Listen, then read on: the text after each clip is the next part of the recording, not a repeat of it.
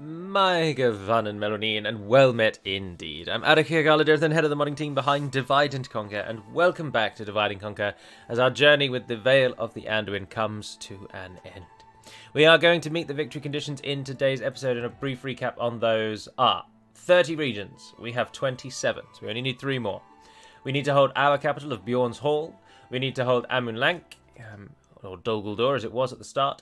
We need to hold Anduin Gate, or Western Moria, and we need to hold Mount Gleerwine, or Mount Gundabad. We also needed to defeat Dol Guldur, Moria, and Gundabad, and all 3 of those are now dead. Now, brief point, just before we kick into the episode. I've said it already, but I will just say it again because it's most pertinent to today. The requirement to defeat Mordor and capture Khazad-dûm are no longer in version 5. So that has been cut out because it just doesn't make sense for the Anduin to have to defeat Moria in the way that we've set the game up now. Moria are... You barely ever fight Moria. You might fight one battle against them at Goblin Town and then you'll likely never see them again. So having them as the enemy just didn't make sense. Moria are far more a Eriador-focused nation now. So they've been removed. But the others remain. And that's why, in answer to a gentleman's comment who asked that I please give Anduin Gate back to Khazad-dûm because the Border Gore offends him, I can't give it back to Khazad-dûm because then we won't win. So, our plans for victory are to take the elven capital and final city of Råberg, where we find their king, King Fairon, and a newcome general, Adrian, which is a bit of a mouthful, but that's how you pronounce it. Prince Alian is also returning home to assist Arlian. In the south, we are besieging Dantalad with a mighty army. Totila and Lord Bralorn have come together to take Dantalad, this Mordor city here, and it is then my intention, someone suggested, and I think, yes, that will work quite nicely, is if we shift these 2 armies south as well, then we'll build 2 really powerful, almighty armies, and we will take the Black Gate for our victory. Because as soon as we have the Black Gate, we will actually win. So let's end the turn and skip through and go along. Now, the video today will be as long as it needs to be. When we win the campaign, I will then just do a toggle fog of war. We'll have a look at the world, and then thus ends the Anduin campaign. It's been very enjoyable, I have to say. I've thoroughly enjoyed my time with the Anduin. I really like the changes that have come with version 5. I think the Anduin has a lot more personality now. And if you do want to take the Anduin forward as a more elite nation, you now have the options available to you with the upgraded cities and castles. Now, of course, they didn't work in my version because of a minor bug with the script, but they do work in version 5. So the version that will be released to you all, they're set and ready to go. We're not worried about new generals at the moment. Dor Amroth diminishes. Rioting in Dor Norhak. Brown boats built an apothecary. None of these things really matter anymore, so I'm going to stop paying attention to those. Yes, we just need to get through and get this one now. So we will turn our attention to that. Now, as many of you have pointed out, and it's something that I can briefly touch upon, in sieges I attack the walls in the game. And many of you then always write a comment saying, top tip, things along the line of either A, don't bother attacking the walls at all, they're a death trap, or B, try and send archers on to shoot people on the walls, don't bother actually sending melee troops. So that is, shoot the defenders on the walls, don't send the archers up the towers. And the only thing I would say to you is I am aware of all of that stuff, and I do completely agree with all of your sentiments, but I attack the cities just so that the channel has something a little more unique to show off, so that I can show you what attacking the walls is like. I know the absolute death trap that is attacking walls, but I do it in the videos just to really get a rounded view of everything you can do in the mod and things that you should try to avoid doing and the reasons why. So it's more of an academic pursuit than it is an actual attempt to win. It is far and away, as you've all said, easiest to ignore units on walls and force your way through the gate, and don't ever use the walls unless you want to use them for archers. So turn the walls against your enemy by putting your archers on them. That's one of the few reasons why you would want to use the walls. And I say that because, again, there's the Thranduil's army's last stand. So we need to take their last city before that army arrives, because then we can regicide them. But I say that because we've queued up some more siege towers in Råberg, because we're going to use siege towers again. But I should probably actually send one army over to Råberg to help, just in cases.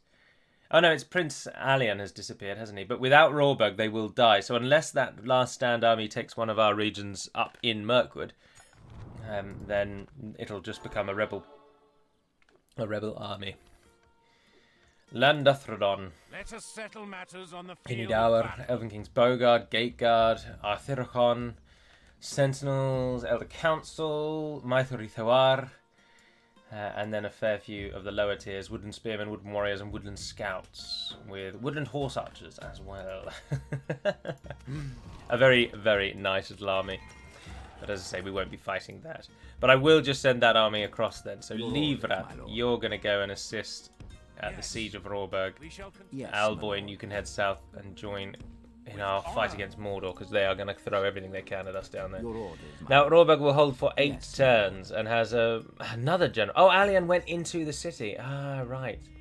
So yeah, a victory here would crush them. Do they have a militia garrison? Yes, they do. I've recently realised the reason why the militia garrison doesn't get destroyed, when in previous iterations it did.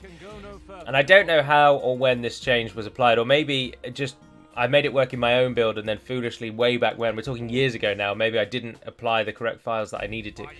But in order to have the building destroyed, what you need to do is set that building in the files to be a temple. So it doesn't actually have to be a temple in the game, but in the files it must start with the name temple underscore something. So in this case it's temple underscore militia garrison. No, it's temple underscore garrison hall, sorry. So that's its name now. And then the game then sees that in the files, the behind the screen stuff, the game sees that as a temple. And as long as it has a religion that is different to the religion of the conquering nation, it will be destroyed. So that's the limitation. It does mean that if Dale, for example, build a militia garrison, and you as Rohan, who share the same culture, took a Dale town, you would keep their militia garrison because you technically share the same religion. So that's the only limitation, but it's the best that we can do. But generally, all of your enemies don't share your religion, so you'll be able to use it against. It will get destroyed when you use it against them. Right, Totila, our army, is a very good one and has catapults and ballistic crews. So the great beasts of Captain Yagor are not too much of an issue. The trolls will be a bit of a problem. Otherwise, though, that is actually quite a low-tier army. There's not as many Uruks in there as you think.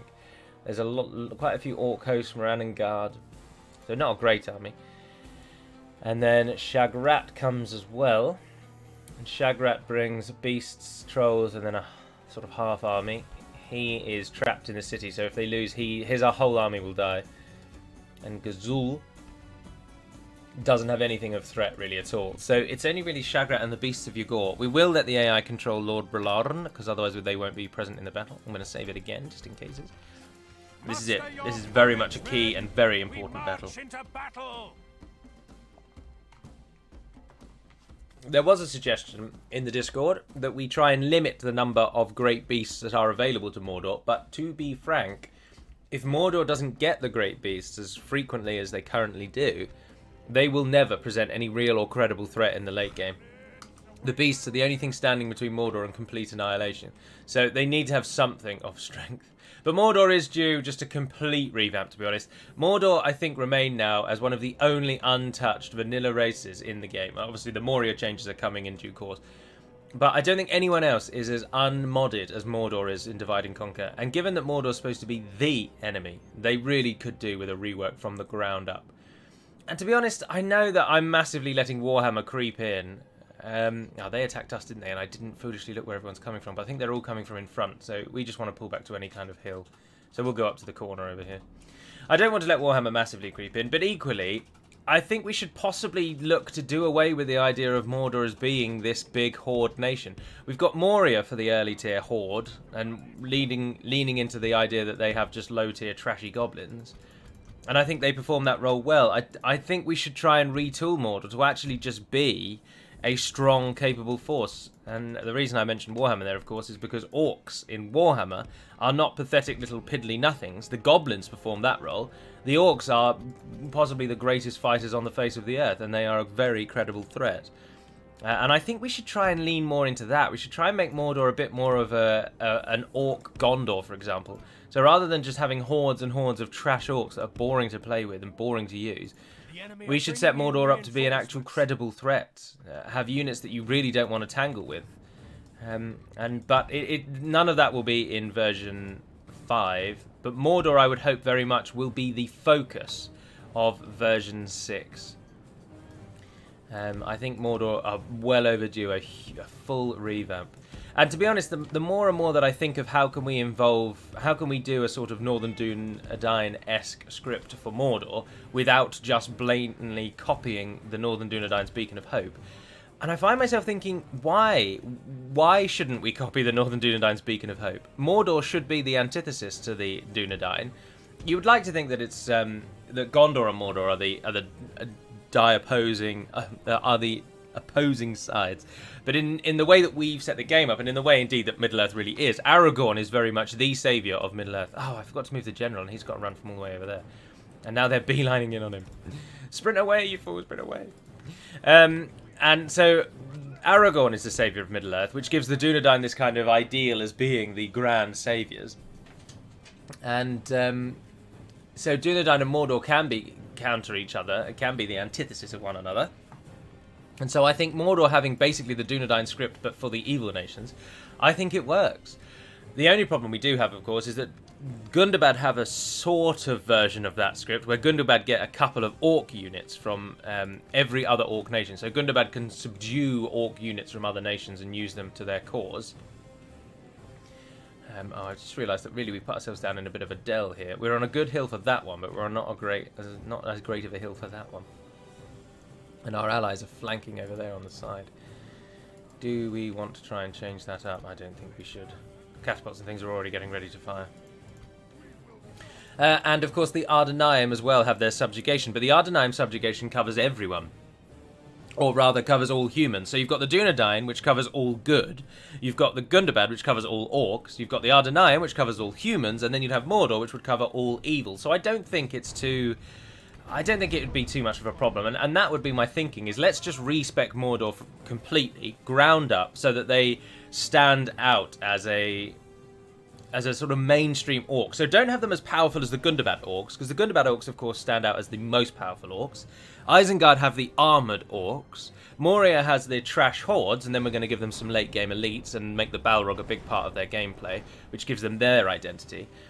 That still leaves Dol Guldur are kind of like the ambush orcs, and then that would leave Mordor as like the mainstream orcs. So instead of having hordes and hordes and hordes with 250 units per battalion for days, we could make Mordor so that it had like Gondor level stats, but for orcs. And I don't think that would be the end of the world, to be honest. So, but we'll see, we'll see. Oh, you know who we should have got to fight the trolls is the stone throwers. I've put them on the left now. Right, turn yourselves around.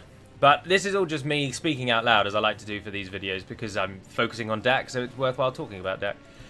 But it's all for another... It's all for the future, of course. Right, don't try and shoot those trolls, because you'll just kill our own team. Holy balls. Yeah. Alright, go for the beasts. Kill the beasts off for me, please. Our ally, Brolarn, who is our faction leader, unfortunately, is almost certainly going to die.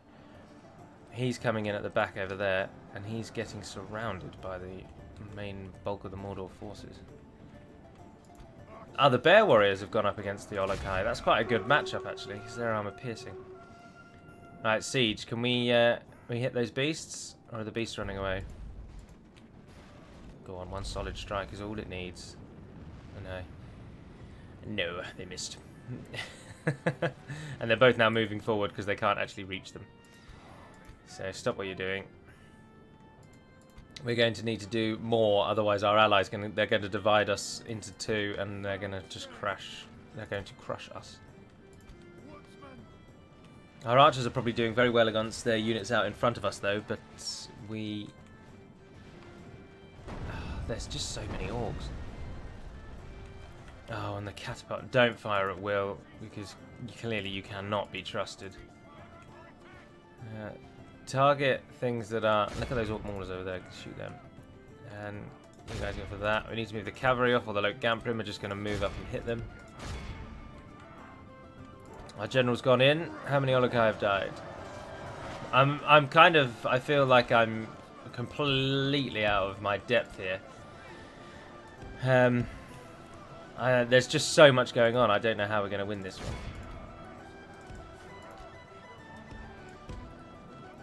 We need to.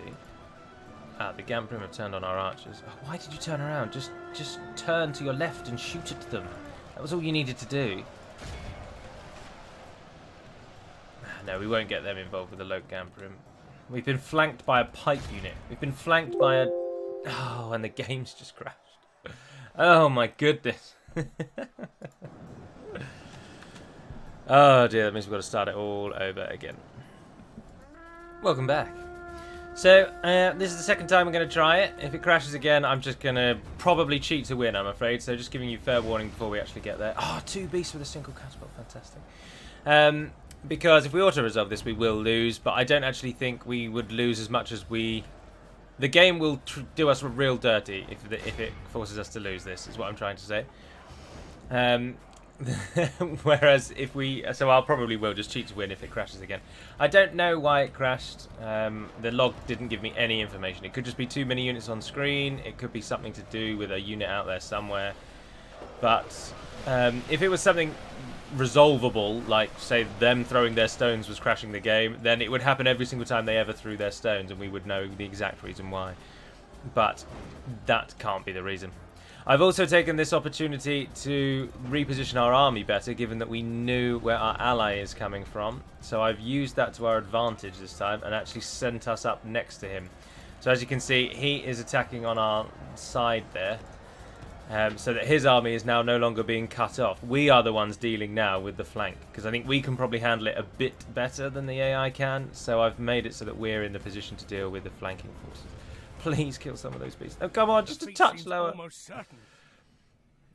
When the beasts die, the value thing shifts massively in our favour, and all of a sudden the game thinks we're definitely going to win. But we do need to... There you go, look, go and tug at those archers. Oh, that was so close on hitting the beasts. I know that they're right on us, but I don't care if you kill some of our archers. Please kill these beasts. The other ones are running amok. They're out the game. They're done. Their story is ended. I need these ones to go down now. They're only in our militia archer line, so there's no threat if they do go. Everyone is basically fighting against something. Our archers have had very little opportunity to actually fire. But fortunately, our best archers, the Silver March Wardens and the Woodman Trackers, are both still going. But look, both of these have stopped now. They refuse to fire on their own men. If I want to sacrifice my men for the greater good, then I should bloody be able to. So do what I'm telling you to do. But if you're not going to target those beasts, then those beasts are going to likely be the thing that actually wins this for Mordor. Annoyingly. Those ones that are running amok have been running over their own units for some time now, which is very nice. Come and hit that orc host over here. We are also, of course, aided by the fact that Mordor are a low morale nation. And one of their armies here doesn't have a general. In fact, 2 of their armies here don't have generals. So if we can utilise that and... The enemy are badly bloodied. They've lost half their men. Kill off the general that is alive, then the other armies will flank and run. But I do worry that we are going to lose this. But we, in control of this battle, will not lose this anywhere near as badly as the AI would have done if I did an auto-resolve.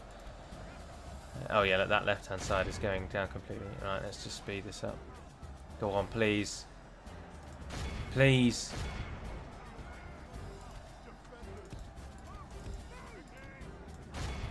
We've lost half of our men. Go on. Go on, look, they're right there. They're right there. They're right out in the open. Beasts are like all we care about. Everything else is basically dead or dying. Our allies not doing too badly though. We've got relative parity, 42% of them versus only 39% of us, but we have got a large number of us running away because we did have to deal with that entire reinforcing army with only 3 melee units, which is just not enough. Oh.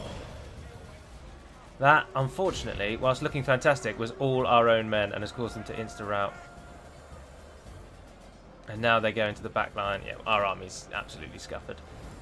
No way we come out of this alive.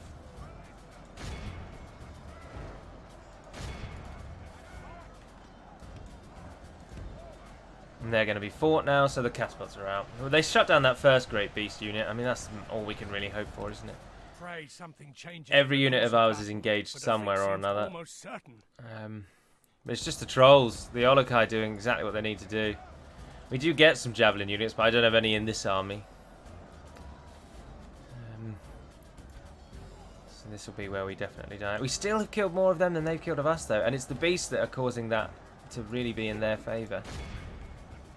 If those ballisters could just kill off 1 or 2 of those beasts, that would change everything. Oh, yes, nice, well done. And hit them again, and if you hit them again, they'll run amok, and they'll definitely do more damage to their own than they will do to us. Our ally actually still has quite a lot of people alive. So he's not doing too badly. And the beasts are just thwacking away at their own units at the moment, which is nice. Keep sending them on a little goose chase. Our ally's doing a lot more work than we had anticipated, actually. Go on, Ballister Crews. No, you're alright, you're alright, you're alright. Come on. Catapult crew has run or died.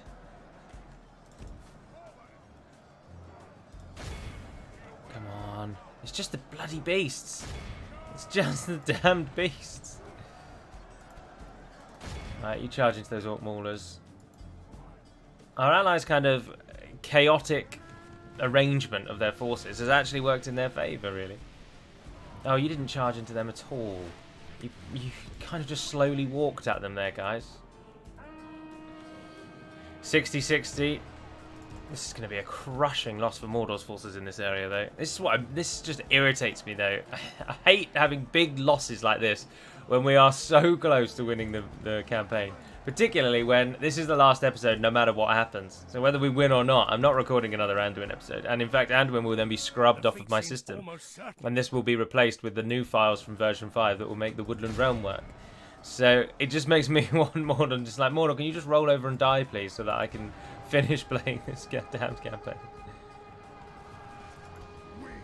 Oh, there we got a bit of a better hit there. Oh, look, they're broken. Fantastic. Yeah, out on this side, we're doing really well. But the hordes on the other side are we're not doing so well against. Oh, but our archers have then come back. Turn yourselves around, get back involved. Our army now has basically nothing left. We're now completely at the mercy of our ally, who is our faction leader. So if the faction leader actually dies, which it looks like he's about to do, because the great beasts are now hunting him down, then that army will just go. They'll just break. He's just run over his own far-run mercenaries. Far-run mercenaries. Run over a whole heap of them. Do out there, just ran over them. Where are their generals? There's one over here. Oh, Uruk bodyguard, there they are. Alright, cavalry, let's go, let's send you out. We might as well times 6 this, there's nothing to really be doing. Only half our ally lies dead. There we go. Without their general, they may lose heart and flee. Bralan has died. Seems almost certain. If someone can please kill Shagrat Our at army least. is tiring. Our foolish general has thrown his And there life goes our away. general. Yeah, it's over. What's our chances? Our general shames us all. He flees battle while his soldiers still fight. Not sure how he flees battle when he's already dead, but I'll I look forward to reading the battle report. Where is their general? Yeah, no, this is over. We should just exit out, really. Alboin's going to have to come and deal with this lot, then. Can we please at least just kill Shagrat before we go? No, The not four gonna be able armies to. running Yeah. from the field. It's over. We must rally our men before all is lost. Though defeat is ours on this day, we have nothing to be All that ashamed routing. of. Close defeat, yeah. Yeah, when I auto-resolved, it was a crushing defeat. So we've done an awful lot more than the AI would have done on its own. 165 kills, Woodman Trackers. 343 for Amsgard. Oh, wow, they actually did really well. 199 Woodman Trackers. How many of our men died on there? Vale Archers, 37 of them got friendly fired. 18 Woodman Warriors. And on Bralan's side, 230 Woodman Warriors. 289 Bjorning Axemen. 357 Bralan. I'm so pleased he's dead. He's got such a stupid name. He himself has died. He took the top spot there. Bralarn. Bralarn. That's just not an easy to pronounce set of letters. So I'm rather chuffed that he's he bit the bucket. Kicked the bucket. Bit the bullet. We will be able to muster a new force, but it does just mean that our victory will be delayed. But it will allow us to pull all of our forces down from the north. Alboin's already on his way, but then the armies that win against the Woodland Realm will have to get involved. But we are now, of course, pressed to have to train more forces. We're just going to flood Mordor with troops in this instance. Mistran's been destroyed, our faction leader's dead, clansmen at Wythe have died, and Mordor don't like me. Oh, what do you think? That's what tends to be what happens when you go to war with people. Right, you might as well go and door My Norhack. lord speaks. Your will, my lord. You guys are almost no use, so you might as well go in there as well. Just merge up what you can.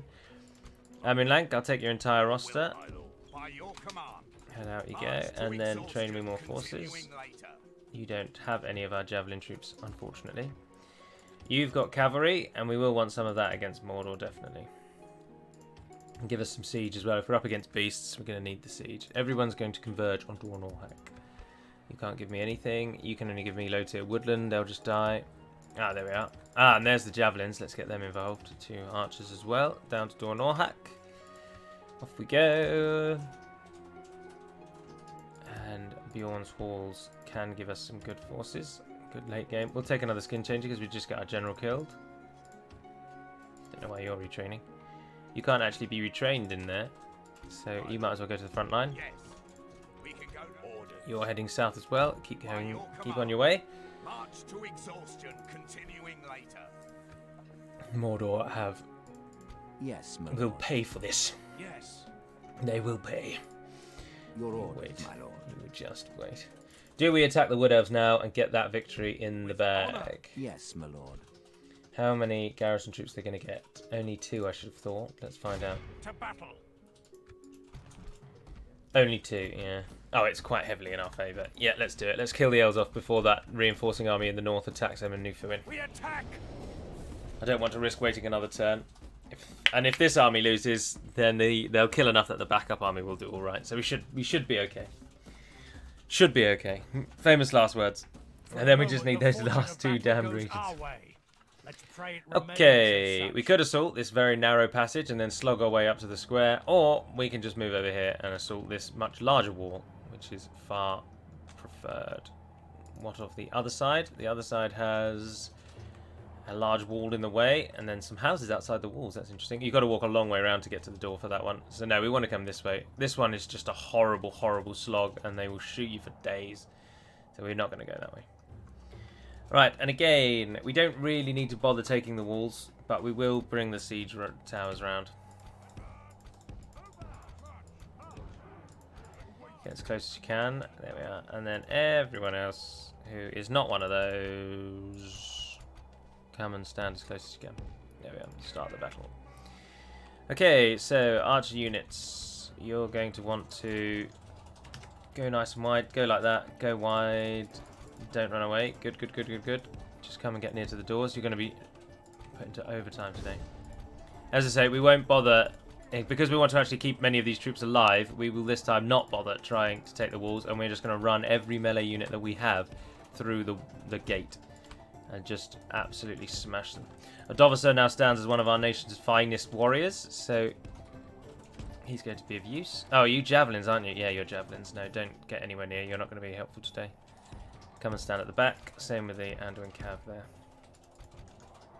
Group all 3 of you together. Just come and stand together. Everyone else is moving. Let's speed it up. And in we go. Don't pay too much attention to the Woodland Realm units. We're going to be using those in due course. Oh, they've got a baluster as well. Oh, they seem to have abandoned the walls. Oh no, they're going back onto them now. If you can sprint, do, so that you get out of the way of the archers quicker.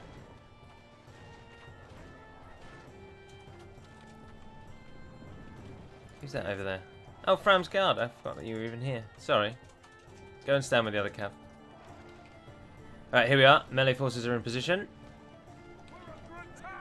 We're going to get through the gate, and then we're just going to slog our way up to the hill where we find the bulk of their forces, including their 2 generals. Our archers should be able to... Oh, I've put javelin troops in that line again, haven't I? You don't need to be in that mode. Sprint up the hill. If you can shoot, then please do. Please feel free. Oh no, I've just sent the wrong one. Oh, I just sent the wrong bloody one. In we go. Everybody go as one. Our soldiers have proved their worth today. If we continue like this, just we will absolutely smash slog the through. There we are, and then attack, and then we just blobs them through, using the AI's tricks against them.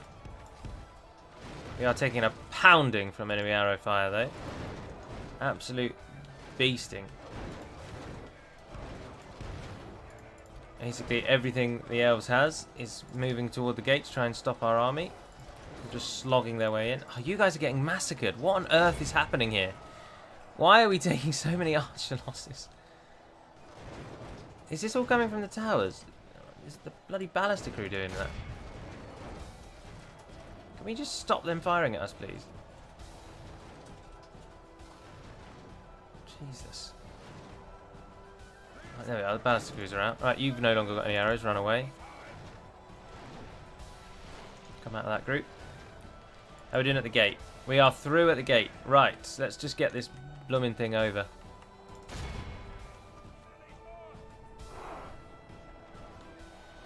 Keep pressing on, get away from the walls, get away from the enemy arrow fire.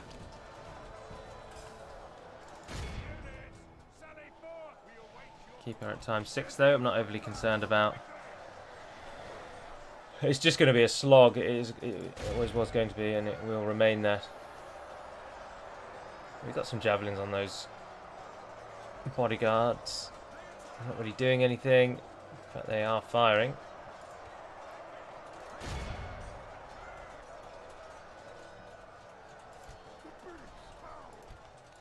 You're going to go with them. The battle is very much in our favour. Victory will be ours. I don't think we are going to... We're going to need to get the cavalry in. We are taking a lot of casualties. Far more than we really need to. I can't believe how many people we lost to arrow fire.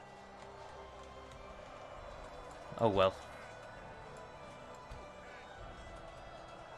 We've captured the gates.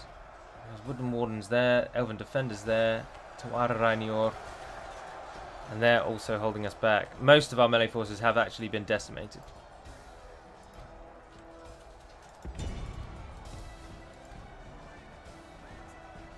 I don't think you need to get quite that close, if I'm honest. I'm not really sure why you've gone to stand on top of them just to throw javelins at them.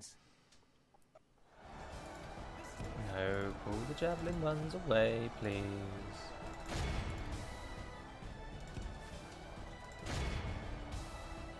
Ah, there we are. They're coming from that side. They've come in from that side. Just everyone get in the middle there and just ruin them. Oh, the enemy general's died. An enemy general has died. Which one? Ah, Prince Adrian. Oh, and Adrian is gone. Only King Phylan remains. If we continue like this, we will smash the enemy. And that's about all that actually does remain. That group of elves there in the centre. We've probably lost a load of our cavalry. This army will not be able to actually really do anything after this, so I'll move south to Mordor. But to be honest, I'm actually feeling, as you may probably tell from the recording of this video, I absolutely in no way want to be sitting here for 2 hours to win the Anduin campaign. We've won the game. I don't need to get to the point where the game tells us we've won. I was rather hoping it would be a nice smooth sailing to capture the last 2 provinces, but in truth, we've met ridiculous resistance in both places. Our men are in command of the city.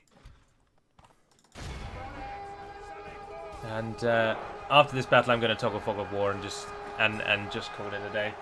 To be honest, we've killed the elves, we've killed the orcs, we've killed Dol Guldur, we've killed Gundabad. We've killed everyone that we need to kill. The battle is very much in our favour. Victory is ours. Oh, victory is ours. Let it be a salve upon our wounds. Who did get the most kills? We had to kill every single one of them in order to win that in the end. And Fram's guard took 126 down. Massively outclassing pretty much everyone else. So with that, we should see the death of the Woodland Realm. And with them gone, I am just not interested in slogging through Mordor just to take 2 regions. I'm just not interested. And we're not doing another video on Anduin, so I'm happy to just call it there. We know that we won. I'm not really in these campaigns to win. I'm in them to show off features, and we've long shown the Anduin's features for version 5. Should hopefully, those of you that like the Anduin should hopefully be salivating over what you can get your hands on in the coming versions. And so our job is complete. The task is done. We have triumphed. And another Wood Elf leader is dead, and the Woodland Realm pass into memory, including their last stand. Oh, he went over there. It will be an honor defeating And you. now a large rebel army will wander the world. But there we go. 2 provinces away from getting the victory, but we know that we won. And in our hearts, that's all that matters. Oh, look, the Moran doesn't even have a bodyguard anyway. I mean, one more episode, we could probably take Dantalad and Morannon, but I just don't want to fight Mordor just for that simple little victory. I can cheat move and show you what the actual victory looks like if you like. Let's just do that so that we can see, because I think it is a Yes. I think it might be a vanilla victory screen if memory serves. Ah, no, hang on. Oh, why are we? Oh, we're ambushed by an army of Mordor. Oh, right. Auto win defender. Clear victory. Sent them packing. Glory, honor. And then we hit them, and then we do auto win attacker. Bish bash bosh. An honorable, But then what we have to do is victory. add a unit. Yes, my lord. Alboin. I know that the Gondor Trebuchet won't actually work. Oh, it didn't add it, did it? Oh, of course it didn't, because it's not add unit, it's create unit. There we are. And that will allow us to actually take Dantalad. As you command. And then if we We shall auto prevail. win, attacker again, clear victory. Dantalad falls, leaving only 1 province left. Glory, honor. And we'll send that victory. same army out again. A most noble conquest. So let's character reset again. Was that far back? It's quick to do it that way? Yes, nice. Yes. We shall continue tomorrow. We've arrived at the dark lands of our enemy. We shall engage. We shall Birds. prevail. You've all seen the Black Gate before, so I am in no way bothered about auto-resolving this one as well. Clear victory. The Morannon falls. And Honorable, that's it. glorious victory. My lord, because we our took out all courage of the and videos, honor of course. have conquered. So there you go. That's what the end screen actually would have looked like. I'm not bothered at all that we didn't bother going through all of that to get that. How anticlimactic. But let's have a look at the world then. So Dorwinion and Dale in their wars have still not yet managed to defeat Rhûn, because they are all at war with each other. So there's 3-way fighting going on there. So Rhûn was never taken out. But Dale and Dorwinion have done really, really well. Probably because of our pressure on Dol Guldur and eventual culling of them. That allowed Dorwinion to flourish. Up in the north, where we have obviously blocked off, Angmar have now been completely gutted. They were defeated some time ago, of course. Ered Luin mopped up their spare provinces, and the Dunedain have completely filled the vacuum that Bree provided. Moving all the way down to Siduri, where they now meet Isengard at Londare itself. That's a very interesting makeup, isn't it? Isengard is supremely powerful, having most of, in fact, all of Western Gondor. They have all of Rohan, and they now also have all of Ened Wyeth, except the tip. Dunland still exist, but they have only got a few provinces: Eisenrun, Dunyard, and Dunlarak. Byrug has fallen to the elves for such a long time, they've managed to upgrade it. Jesus. Tharbad is also held by the elves. I can't believe Dunland haven't died. The elves should be absolutely massacring in all of these battles. I just don't understand that. But somehow the High Elves have managed to survive, but without crushing to Dunland. So Dunland have snuck through. No one's taken Dol Vorn, but the Dunedain are trying. Basra-Dûm is held by the High Elves. Of course, Mordor are quite powerful. They have taken everything in Gondor, but Dorwinion massively kept them in check on that northern side. And stopped any expansion out into Rovanion. So Mordor has been funneled west, which almost certainly, rather than probably likely, led to the demise of Gondor with extra focus from Mordor. Dol Amroth, however, has held out as a bastion of Númenorian hope. Although saying that, and I think the Ardenaim, whilst enemies with Dol Amroth, are also enemies of Mordor. So Mordor replaced Gondor with then, in this game, it's Harad and Ardenaim, isn't it? Yes. So Harad and the Ardenaim, who are allied, now take on Mordor. So in this campaign, if we carried on, which many people obviously do, Mordor would definitely lose. Because with us now actually arriving full force on Mordor, because we have no other enemies, Dorwinion also in assisting and contributing to the defeat of Mordor, and then the Ardenaim and Harad coming up from the south. I think we'd have a real... This game would be one where Mordor gets massacred. Isengard would become the enemy of this map. But the Northern Dunedain with this... Well, the Dunedain, I need to get used to just calling them the Dunedain. The Dunedain, with this many regions, would really give Isengard a run for their money. And of course, once Dunland actually falls, the High Elves will be knocking on Isengard as well. This is a really interesting world map to carry on playing. But of course, once the game's reached a certain point, you've displayed all the units, it's not really worth it playing it for YouTube. But if this were a solo game, I think there's a lot of interest here, particularly if you were role-playing the campaigns, which is something I don't tend to do. I like to role-play a little bit with certain characters who sort of win the nation's heart by winning certain key victories. But I don't roleplay as the main nation. I've called us the saviours of Middle-earth a number of times, but I think in truth, actually, Eriador is very much the saviour of Middle-earth in this, if this war carried on. Mordor would fall to their own enemies, to their erstwhile allies who are now their enemies. Dol Amroth, I think, would hold out, to be honest, because that's 3 formidable armies around a very strong city. So I think Dol Amroth would hold, and the confusion of Mordor having to fight those would keep Dol Amroth alive. What we really need is Isengard to turn on Mordor, but Isengard is one of Mordor's only 2 allies, the other being Rhûn itself, and Rhûn, of course, are not long for this world. Khand do still exist in the Variag capital of Oibamari, but there they stand completely alone, allied to Dol Amroth only, and at war with Harad and Mordor. I don't know how Khand have managed to survive in that one little province when Harad has conquered everything. But of course, once Harad takes Khand out, they will be knocking on Mordor from the east. So there's a great deal of threat on Mordor's part. Mordor would definitely die in this one, and it would be Isengard that takes it. But anyway, there we are. That's an analysis of the campaign over. Oh, Rohan are still alive. They have Rockburg, and they've turned it into a mighty, mighty city. But anyway, there we are. It has been a blast playing as the Anduin. I've thoroughly enjoyed it, apart from, with the one exception of today's episode, because of that bloody Mordor loss at Dantalad. Crashed the game, and then we lost anyway. Very disappointing. But otherwise, we've done successfully well. We beat the elves in Rawburg, and we beat them without needing to do anything cheesy, although with massive assistance from the dwarves, who have held Torfil in so long, they've upgraded it into a dwarven city. Madness. But I've enjoyed the Anduin, and I am thoroughly looking forward to playing as the Woodland Realm as this Saturday. So if you want to see the Woodland Realm, then tune in on Saturday morning, 11 o'clock GMT. I will live stream the first episode, and we can talk through the key changes that have gone on for version 5 of the Woodland Realm and the Wood Elf script, which is also planned to be overhauled in version 6. But a little stopgap was put in for version 5 just to flesh it out a bit and use it as a sort of test run for the reunited kingdom, which it has now done that role perfectly. So I'm pleased I made the changes, and you'll get to see them all when we play on Saturday. But until then, everyone, do have a wonderful week, and until we speak again, Nevair Naden Peremed Melonin, and farewell.